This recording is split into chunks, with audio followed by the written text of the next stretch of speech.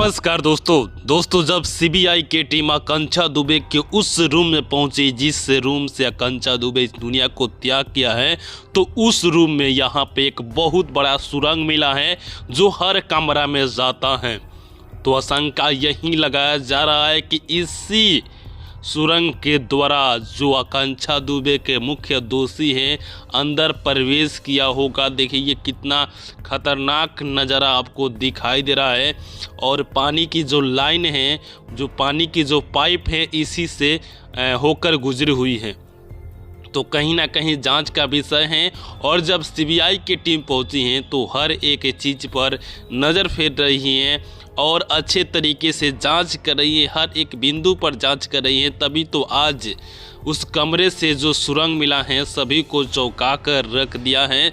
और UP police जब जांच के लिए गई थी तो उनको कोई सुरंग नहीं मिला था। और ये एक बहुत बड़ा संकेत है। इसके द्वारा मालूम चल जाएगा कि कौन से लोग आए हैं, कौन से लोग गए हैं इस सुरंग के द्वारा। तो आने वाला वक्त में मालूम चल जाएगा। और हो सकता है कि इस घटना में होटल मैनेजर का भी हाथ तो हो सकता है, कुछ कहा नहीं जा सकता। तो दोस्तों आपके नज़र में जो इसका मुख्य दोषी होगा उसे कौन सी सज़ा मिलना चाहिए, आप हमें प्लीज़ कमेंट बॉक्स में ज़रूर बताइएगा। साथ में आप इस वीडियो को लाइक करके चैनल को सब्सक्राइब करिएगा।